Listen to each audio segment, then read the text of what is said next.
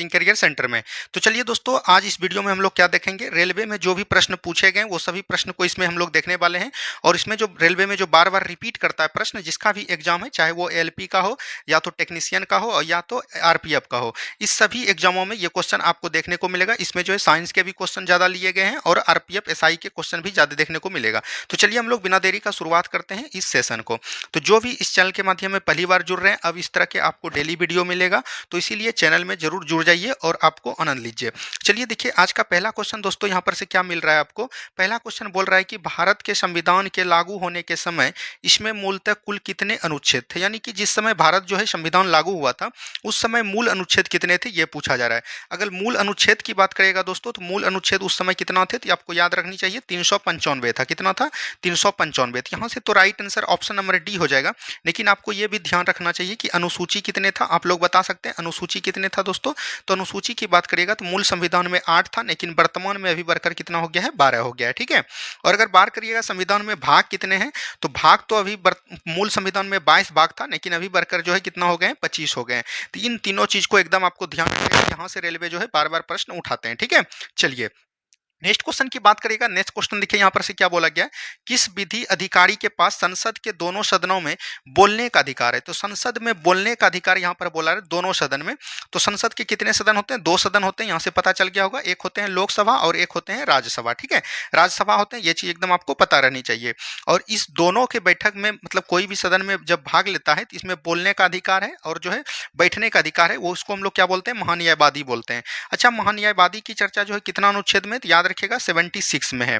ठीक है, तो ये चीज ध्यान रखिएगा। और ये जो आपको महाधिवक्ता दिख रहा होगा, ये जो है राज्य में होता है। कितना में दोस्तों, राज्य में, जिसमें कि विधानमंडल में बैठ सकते हैं और भाग ले सकते हैं। लेकिन याद रखिएगा ये वोट नहीं दे सकते हैं। और इसका वर्णन राज्य वाला का कितना में है, 165 आर्टिकल में है। तो ये दोनों चीज को एकदम आपको ध्यान देनी है। ठीक है। अच्छा, अभी आप लोग बता सकते हैं कि करंट के दृष्टिकोण से कि वर्तमान में जो है अभी भारत के महान्यायवादी कौन है, तो ये भी आपको बतानी है। ठीक है। चलिए नेक्स्ट क्वेश्चन देखिए क्या बोला गया था। नेक्स्ट क्वेश्चन बोला गया है, भारतीय संविधान के किस अनुच्छेद में वित्तीय आपातकाल के संविधान प्रावधान वर्णित है। यानी कि वित्तीय आपातकाल के बारे में बात कर रही है। तो वित्तीय आपातकाल अभी आपको पता होगा संविधान के 360 अनुच्छेद में है, जो कि अभी तक एक भी बार लागू नहीं हुआ है। ठीक है, तो ये चीज ध्यान रखिएगा, लागू नहीं हुआ है। अच्छा, आपको पता है कि आपातकाल कितने प्रकार के होते हैं, तो 3 प्रकार के होते हैं। एक होते हैं राष्ट्रीय आपातकाल। ठीक है, तो ये चीज ध्यान रखिएगा, राष्ट्रीय आपातकाल होते हैं। एक होते हैं राष्ट्रपति शासन, क्या बोलेंगे, राष्ट्रपति शासन, इसको हम लोग बोलते हैं राज्य आपातकाल भी बोलते हैं। ये होता है 352 में और ये होता है 360 में। तो ये भी चीज एकदम आपको ध्यान देनी है। ठीक, सॉरी 356 में। ठीक है। और वित्तीय आपातकाल होता है एक 360 में। यहाँ पर दिख रहा होगा आपको अनुच्छेद 148। तो अनुच्छेद 148 में क्या है, क्या गए, यानी कि comptroller and auditor general of India, इसको हम लोग क्या बोलते हैं, भारत के नियंत्रक एवं महालेखा परीक्षक। तो ये भी चीज ध्यान रखिएगा, नियंत्रक एवं महालेखा परीक्षक। अभी आपको वर्तमान में बताना है कि भारत के नियंत्रक एवं महालेखा परीक्षक कौन है, तो आप बोलिएगा गिरीश चंद्र मुर्मू। क्या बोलिएगा, गिरीश चंद्र मुर्मू है। ठीक है, ये चीज ध्यान देनी है। अच्छा, 143 में क्या है, याद रखिएगा राष्ट्रपति जो परामर्श जारी करेगा उसके बारे में बोल रहा है। राष्ट्रपति जो परामर्श देगा सुप्रीम कोर्ट, उसके बारे में कितना में जानकारी दिया गया है, 143 में। और 72 में क्या है, तो राष्ट्रपति का क्षमादान प्रक्रिया कितना में है, 72 में है। ये सबको भी एकदम ध्यान देते हुए चलनी है। ठीक है। चलिए नेक्स्ट क्वेश्चन देखिए क्या बोल रहा था। नेक्स्ट क्वेश्चन बोल रहा है, भारत देश का दक्षिणतम बिंदु कौन सा है। यानी कि भारत आपका ये हो गया दोस्तों, बोल सकते हैं एक सांकेतिक रूप से लेते हैं, ये आपका भारत हो गया। ठीक है, तो ये आपका अगर भारत हो गया दोस्तों, तो इसमें बोल रहा है कि आपको ये चीज ध्यान देनी है कि बोल रहा है दक्षिणतम बिंदु। दक्षिणतम बिंदु ये आपका उत्तर हो गया, ये आपका दक्षिण हो गया। तो दक्षिणतम बिंदु में कौन उसको बोलते हैं, तो उसको हम लोग बोलते हैं इंदिरा पॉइंट। क्या बोलेंगे, इंदिरा पॉइंट बोलेंगे। ठीक है, इंदिरा पॉइंट बोलते हैं। ठीक है, तो ये चीज ध्यान देनी है। अच्छा, यहीं से आप लोग अब जान लीजिए कि उत्तरी ध्रुव को हम लोग क्या बोलते हैं, तो उत्तर वाला बिंदु को हम लोग बोलते हैं क्या, तो ये याद रखिएगा इंदिरा कौल। क्या बोलेंगे, इंदिरा कौल बोलेंगे। इंदिरा कौल किसको बोलेंगे, तो उत्तर वाला को। ये चीज भी ध्यान रखिएगा। अच्छा, आपको यहाँ पर से ये भी पता रहना चाहिए कि ये जो है आपका पश्चिम होता है और ये आपका पूर्व होता है। ठीक है, तो पूर्व वाला को क्या बोलते हैं दोस्तों, पूर्व वाला जो याद रखिएगा किविथु बोलते हैं। क्या बोलते हैं, किविथु। ठीक है, और जो है पश्चिम वाला को क्या बोलते हैं, तो ये चीज ध्यान रखिएगा, इसको हम लोग बोलते हैं गुहार मोती। क्या बोलते हैं, गुहार मोती बोलेंगे। अच्छा, गुहार मोती कहाँ पर है, गुजरात में। किविथु कहाँ है, अरुणाचल प्रदेश में। इंदिरा कौल कहाँ है, तो ये चीज ध्यान रखिएगा, लद्दाख में। और इंदिरा पॉइंट कहाँ है, तो अंडमान निकोबार में। तो ये चीज एकदम आपको ध्यान देनी है। तो क्या हो जाएगा, ऑप्शन नंबर डी बिल्कुल राइट आंसर आपका हो जाएगा। ठीक है। चलिए नेक्स्ट क्वेश्चन की तरफ बढ़िए। नेक्स्ट क्वेश्चन देखिए क्या बोला गया, इनमें से कौन सा ब्रह्मपुत्र नदी का उद्गम स्थल है। यानी कि ब्रह्मपुत्र नदी का उद्गम स्थल यहाँ पर से बोल रहा है। तो यहाँ पर देखिए तिब्बत में एक दोस्तों क्या है, मानसरोवर झील है। क्या बोलेगा, मानसरोवर झील है। तो मानसरोवर झील से ही याद रखिएगा ब्रह्मपुत्र नदी निकलती है और ब्रह्मपुत्र नदी तिब्बत में होकर याद रखिएगा भारत में प्रवेश करती है असम घाटी से होकर और भारत से ये अपना जल जो है कहाँ गिराती है तो बंगाल में गिराती है बंगाल की खाड़ी में। ठीक है, तो बंगाल की खाड़ी में तो बांग्लादेश होते हुए, बांग्लादेश एक चीज याद रखिएगा, बांग्लादेश होते हुए ये अपना जल जो कहाँ गिराती है तो बंगाल की खाड़ी में गिराती है। तो ये चीज ध्यान रखिएगा, तो यहाँ से हो जाएगा मानसरोवर झील। अच्छा, मानसरोवर झील याद रखिएगा ब्रह्मपुत्र नदी की अगर यहाँ से यहाँ तक की लंबाई अगर बात करिएगा तो ये कितना होता है 2900 किलोमीटर, लगभग में है 2900 किलोमीटर। तो ये चीज ध्यान रखिएगा। अच्छा, इनकी जो है सहायक नदियां कौन कौन है दोस्तों, सहायक नदी भी आपसे पूछा जाता है। तो जैसे हो गया कामेंग, क्या हो गया कामेंग हो गया, बोलिएगा लोहित, क्या बोलिएगा लोहित हो गया। ठीक है, उसके बाद क्या बोलिएगा मानस, मानस हो गया। उसके बाद क्या होता है सुवनसिरी होता है, धनसिरी होता है, ये सभी जो है याद रखिएगा ब्रह्मपुत्र नदी की सहायक नदी है।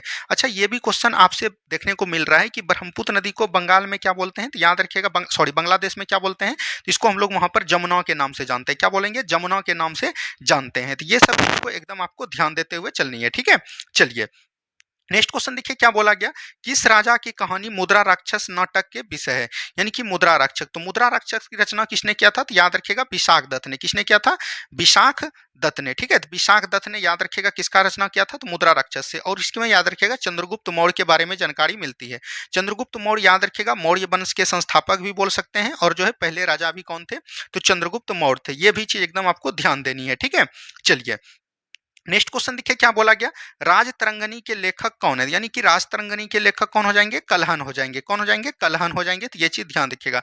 यहाँ पर कालिदास दिख रहा है, तो कालिदास के कई सारे रचना है, जैसे हो गया अभिज्ञान शकुंतलम। क्या बोलिएगा, अभिज्ञान शकुंतलम। ठीक है, अभिज्ञान शकुंतलम किसकी रचना है, तो याद रखिएगा ये जो है कालिदास की है। उसके बाद हो गया कुमार संभव। क्या हो गया, कुमार संभव। ये सब याद रखिएगा किसके, मालविका मित्रम, ये सब कालिदास की रचना है। चंद्रबाई का क्या हो जाएगा, पृथ्वीराज रासो। क्या बोलिएगा, पृथ्वीराज रासो किसकी रचना है, तो याद रखिएगा चंद्रबाई का। ठीक है, जयदेव का भी एक रचना है दोस्तों, वो हम चीज भूल रहे हैं, वो चीज एकदम आपको याद रखनी है, राष्ट्र जयदेव ने भी कुछ लिखा था। अब देखिए नेक्स्ट क्वेश्चन क्या बोला गया, पुर्तगालियों द्वारा गोवा पर कब्जा किया गया था, यानी कि पुर्तगालियों द्वारा जो है गोवा पर कब्जा कब किया था, ये आपसे क्वेश्चन पूछा गया। तो आपको सबसे पहले ये जानकारी रहना चाहिए कि पुर्तगाली जो है भारत कब आए थे। पुर्तगाली भारत आए थे 1498 ईस्वी में। कब आए थे, 1498 ईस्वी में आए थे। और सबसे पहले पुर्तगाली आने वाले कौन थे नागरिक, तो ये चीज ध्यान रखिएगा वास्को डिगामा। क्या बोलिएगा, वास्को डिगामा आए थे। उसके बाद याद रखिएगा फ्रांस मतलब कि पुर्तगाल का एक गवर्नर पद आता है और गवर्नर पद पर सबसे पहले कौन बैठता है, अल्मोडा। क्या बोलिएगा, अल्मोडा, या तो कहीं कहीं अल्मीडा भी दिखता है, तो याद रखिएगा फ्रांसो डी अल्मेडा।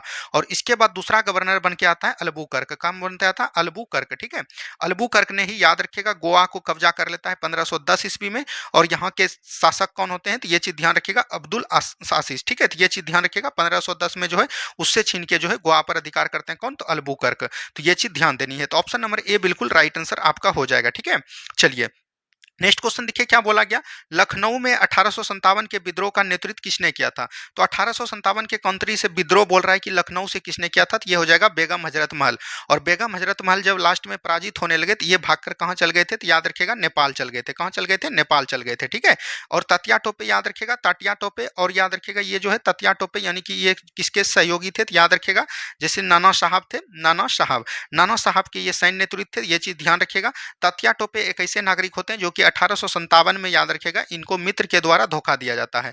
कुंवर सिंह कहां से किए थे, तो याद रखिएगा बिहार आरा से किए थे। क्या दोस्तों बोलिएगा, बिहार आरा से किए थे। तो ये भी जानकारी आपको रहनी चाहिए। ठीक है, चलिए नेक्स्ट क्वेश्चन की बढ़िए। नेक्स्ट क्वेश्चन देखिए क्या बोला गया, इनमें से भारत के किस वायसराय ने निर्वाचित स्थानीय सरकारी निकायों का सृजन सबसे पहल की थी। तो स्थानीय सरकार का किसने किया था, तो याद रखिएगा लॉर्ड रिपन ने किया था। किसने किया था दोस्तों, तो लॉर्ड रिपन ने किया था। तो ये भी चीज एकदम आपको ध्यान देनी है। तो ऑप्शन नंबर ए बिल्कुल राइट आंसर आपका हो जाएगा। नेक्स्ट क्वेश्चन देखिए क्या बोला गया, यूनिसेफ का मुख्यालय कहाँ स्थित है। तो यूनिसेफ का मुख्यालय याद रखिएगा अमेरिका के न्यूयॉर्क शहर में। कहाँ पर है, अमेरिका के न्यूयॉर्क। इसका गठन कब हुआ था, तो ये भी पूछ सकता है आपको, 11 दिसंबर 1946 को इनका गठन हुआ था। तो ये भी चीज ध्यान रखिएगा। और इनका जो है याद रखिएगा द्वितीय विश्व युद्ध में इनका जो है गठन हुआ था और इसमें जो है बच्चे और महिलाओं को भोजन प्राप्त करने के लिए इनका गठन किया गया था।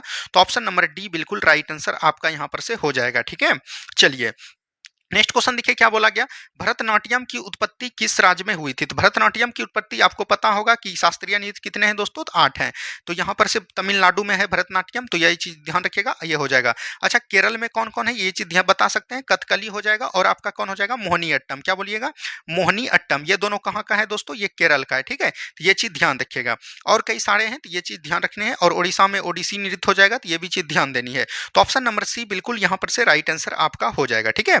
चलिए नेक्स्ट क्वेश्चन देखिए, केंद्र सरकार ने किस क्षेत्र के लिए संपदा योजना शुरू की थी? तो संपदा योजना किसके लिए शुरू किया था, तो ये चीज आपसे पूछा जा रहा है। तो संपदा योजना आपको पता रहनी चाहिए कि यह जो है किसके लिए किया था, तो याद रखिएगा संपदा योजना ये खाद्य प्रसंस्करण के लिए किया गया था। तो ऑप्शन नंबर ए बिल्कुल राइट आंसर हो जाएगा, ठीक है। चलिए नेक्स्ट क्वेश्चन देखिए क्या बोला गया, किस तरह की फाइल में पीएनजी इंस्ट्रक्शन होता है? तो पीएनजी किस में होता है, तो ये चीज ध्यान रखिएगा, इमेज फाइल में होता है। यानी कि कोई फोटो आप ले रहे हैं तो उसी में पीएनजी इमेज होता है, तो इमेज फाइल हो जाएगा बिल्कुल right answer. Option number A बिल्कुल राइट आंसर आपका हो जाएगा, ठीक है। चलिए नेक्स्ट क्वेश्चन देखिए क्या बोला गया, निम्न में से कौन सा विकल्प टेस्ला नामक एसआई व्युत्क्रम इकाई में पाया जाता है? यानी कि टेस्ला का यहाँ पर एसआई मात्रक पूछ रहा है। तो ये होता है दोस्तों क्या बोलिएगा, चुंबकीय क्षेत्र होता है। क्या होता है, चुंबकीय क्षेत्र होता है, ठीक है। तो यहाँ पर से चुंबकीय क्षेत्र नहीं है तो ऑप्शन में, तो आप चुंबकीय अभिपाह घनत्व तो बोल सकते हैं। ऑप्शन नंबर डी बिल्कुल राइट आंसर आपका हो जाएगा, ठीक है। एक होता है याद रखिएगा फ्लक्स। क्या होता है दोस्तों, फ्लक्स होता है। तो फ्लक्स किसका मात्रक है, तो याद रखिएगा बेवर का। बेवर का क्या मात्रक है, तो याद रखिएगा चुंबकीय फ्लक्स, ठीक है। तो ये भी चीज एकदम आपको ध्यान देनी है। नेक्स्ट क्वेश्चन देखिए क्या बोला गया, नेक्स्ट क्वेश्चन यहाँ पर काफी इंपॉर्टेंट है, पानी के अंदर धात्विक संकेतों का पता लगाने के लिए किसका उपयोग किया जाता है? तो पानी के अंदर धात्विक मतलब धात्विक संकेतों से पता लगाने के लिए हाइड्रोफोन का प्रयोग किया जाता है। अच्छा बेलोमीटर से क्या मापते हैं, हमको याद रखना चाहिए, उष्मीय विकिरण को मापते हैं। क्या मिले बोलिएगा दोस्तों, उष्मीय विकिरण को मापते हैं, ठीक है। तो ये चीज ध्यान रखिएगा। पायरोमीटर से किसी भी दूर स्थित उच्च ताप को हम लोग मापते हैं। क्या बोलेंगे, उच्च ताप को मापते हैं, ठीक है। ए मीटर से हम लोग क्या मापते हैं, याद रखिएगा विद्युत धारा को मापते हैं। क्या बोलेंगे, विद्युत धारा को मापते हैं, ठीक है। तो ये सब चीज एग्जाम में आपको ज्यादा प्रश्न पूछे जाते हैं। नेक्स्ट क्वेश्चन देखिए क्या बोला गया, निम्नलिखित में से कौन सा एक सदिश राशि है? यानी कि सदिश राशि कौन है, ये चीज बोला गया। देखिए आवेश, धारा और विद्युतीय फ्लक्स ये सब जो है याद रखिएगा अदिश राशि है। क्या है, अदिश राशि है। और यहाँ पर से सदिश राशि आपको पूछ रहा है, तो ये क्या हो जाएगा, चुंबकीय क्षेत्र, सॉरी विद्युत क्षेत्र हो जाएगा। क्या हो जाएगा दोस्तों, विद्युत क्षेत्र आपका जो है याद रखिएगा, ये क्या हो जाएगा आपका, ये आपका हो जाएगा बोल सकते हैं सदिश राशि, ठीक है। तो ये चीज ध्यान देनी। तो देखिए नेक्स्ट क्वेश्चन यहाँ पर क्या बोल रहा है, बोल रहा है कि किसी पिंड के संवेग को उसके निम्न के गुणनफल के रूप में परिभाषित किया जाता है। यानी कि संवेग के गुणनफल को क्या यहाँ पर बोला जा रहा है, तो ये चीज ध्यान रखिएगा, संवेग को हम लोग किससे डिनोट करते हैं, पी से डिनोट करते हैं। तो संवेग बराबर क्या होता है, तो याद रखिएगा द्रव्यमान गुना वेग होता है। क्या बोलिएगा, द्रव्यमान गुना वेग होता है, ठीक है। यानी कि पी बराबर एम भी होता है, तो ये भी चीज एकदम ध्यान रखिएगा। और इसका एसआई मात्रक क्या होता है, किलोग्राम मीटर पर सेकेंड, ठीक है। किलोग्राम, ये चीज ध्यान रखिएगा, किलोग्राम बोलिएगा, किलोग्राम मीटर पर सेकेंड, ठीक है। तो ये चीज ध्यान रखिएगा। तो यहाँ पर से हो जाएगा ऑप्शन नंबर डी द्रव्यमान गुना वेग, ठीक है। चलिए नेक्स्ट क्वेश्चन देखिए क्या बोला गया, जल वाष्प के पुनः जल के रूपांतरण की प्रक्रिया हेतु निम्न में से किस शब्द का उपयोग किया जाता है? तो जल वाष्प के पुनः जल में रूपांतरण हेतु, यानी कि बोल रहा है कि द्रव में जो फिर से हम लोग अति करते हैं उसमें किस प्रक्रिया द्वारा होता है, तो याद रखिएगा संघनन द्वारा। यानी कि गैस को हम लोग जो वाष्प मतलब गैस होता है, गैस को जब हम द्रव में करेंगे, तो यह चीज ध्यान रखिएगा, यहाँ पर बोल रहा है गैस को जब हम द्रव में जाएंगे इसमें किस विधि का प्रयोग करेंगे, संघनन द्वारा। यहाँ पर दिख रहा होगा ऊर्ध्वपातन, तो ऊर्ध्वपातन इसमें इसके होता है, तो याद रखिएगा किसी भी गैस को ठोस अवस्था में जाइएगा या ठोस को किसी भी गैस अवस्था में जाइएगा तो इसको हम लोग ऊर्ध्वपातन विधि द्वारा किया जाता है। तो ये चीज ध्यान देनी है, ठीक है। चलिए नेक्स्ट क्वेश्चन देखिए क्या बोला गया, किसी प्रोटॉन की निम्नलिखित में से कौन सा गुण किसी चुंबकीय क्षेत्र के मुक्ति गति करने समय परिवर्तित नहीं होता है? यानी कि प्रोटॉन का जो मतलब चुंबकीय क्षेत्र होता है उसको मुक्ति करते हैं तो गति कर समय क्या परिवर्तित नहीं होता है, वेग नहीं होता है, गति या वेग दोनों नहीं होता है, संवेग नहीं होता है। तो याद रखिएगा सिर्फ गति जो है परिवर्तित नहीं होता है, तो ये चीज ध्यान रखिएगा। अच्छा प्रोटॉन का खोज किसने किया, तो याद रखिएगा गोल्डस्टीन ने किया। किसने किया, गोल्डस्टीन ने किया। या तो इसका नामकरण किसने किया था, तो याद रखिएगा रदरफोर्ड के द्वारा किया गया था। किसके द्वारा, रदरफोर्ड के द्वारा। ये भी चीज एकदम आपको ध्यान देनी है, ठीक है।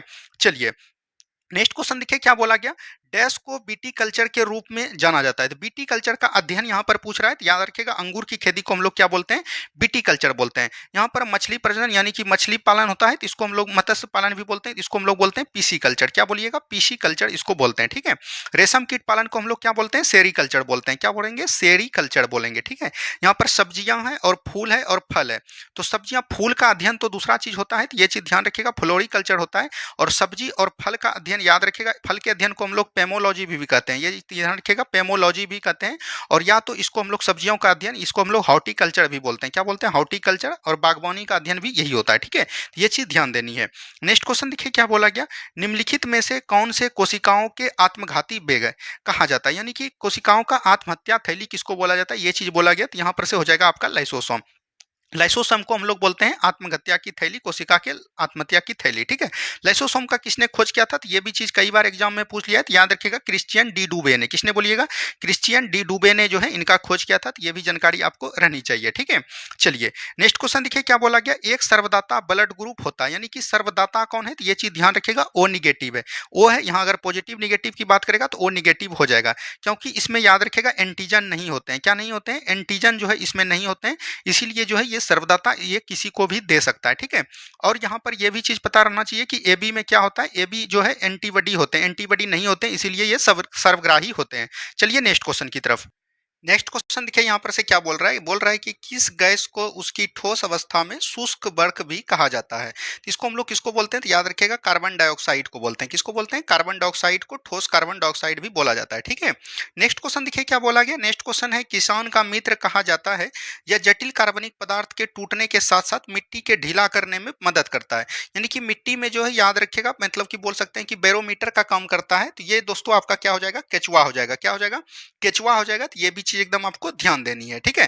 केचुआ को याद रखिएगा किसान का मित्र भी कहा जाता है। क्या बोलते हैं? किसान का मित्र भी कहा जाता है। तो ये चीज भी जानकारी आपको रहनी चाहिए।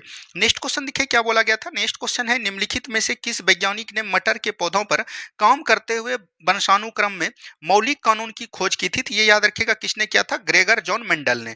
इसने याद रखिएगा 1856 से लेकर लगभग 63 तक जो है कार्यरत किए थे। तो ये आपका हो जाएगा ग्रेगर जॉन मेंडल। यहाँ पर देख रहा होगा दिमित्री मेंडलीव, इसने जो है याद रखिएगा किसका खोज किया था, तो याद रखिएगा आवर्त सारणी का। किसका बोलेंगे? आवर्त सारणी का खोज किया था, ठीक है। यहाँ पर देख रहा होगा जोशान इल्सॉल्क, इसने याद रखिएगा पोलियो का टीका का खोज किया था। किसका दोस्तों बोलिएगा?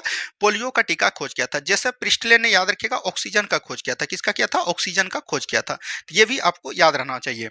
नेक्स्ट क्वेश्चन देखिए क्या बोला गया, नेक्स्ट क्वेश्चन है अजंता की गुफाएं कहाँ स्थित है। तो अजंता की गुफाएं याद रखिएगा महाराष्ट्र में स्थित है। तो ये भी जानकारी आपको रहनी चाहिए। और अजंता की गुफाएं में याद रखिएगा ज्यादातर बौद्ध धर्म के बारे में जानकारी देखने को मिलता है। वैसे तो बौद्ध धर्म और जैन धर्म सभी मतलब ग्रंथों का यहाँ पर जानकारी देखने को मिल रहा है।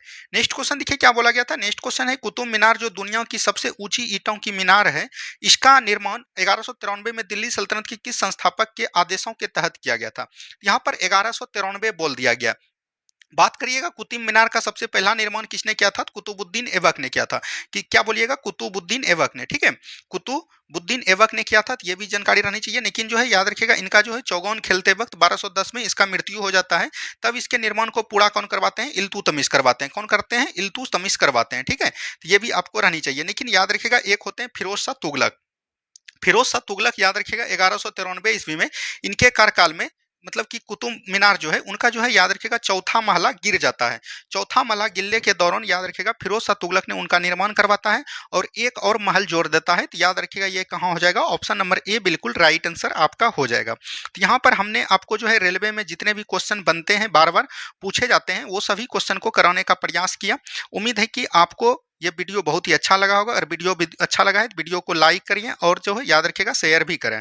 और जो भी चैनल पे पहली बार जुड़े हैं वो चैनल को सब्सक्राइब जरूर कर लें, ठीक है। क्या बोलिएगा? सब्सक्राइब जरूर कर लें ताकि आने वाला वीडियो आपको जल्द ही प्राप्त हो। तो धन्यवाद, मिलते हैं हम लोग अगले वीडियो में। जय हिंद, जय भारत।